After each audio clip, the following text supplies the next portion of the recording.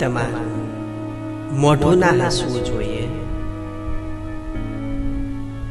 તમારો આત્મા હસવો જોઈએ, આત્મા અંતરથી પ્રસન્ન થવો જોઈએ.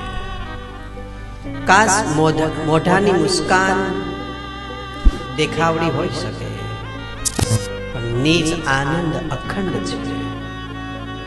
નિજાનંદ, નિજ આનંદ અખંડ છે, અસલ છે, અટલ છે, અજર અમર છે. દુનિયાદારીને છોડી મસ્ત તમે તમારા આત્માની અંદર મશગુલ થવાનું છે. આજે મસ્ત બ્રહ્મનાદ બધાએ કરવાનું છે. અજબ પાજબ સોહમની ઉપાસના, ભાગ્યશાળી આત્માને જ પ્રગટ ગુરુ આપણને ભજન કરાવે છે.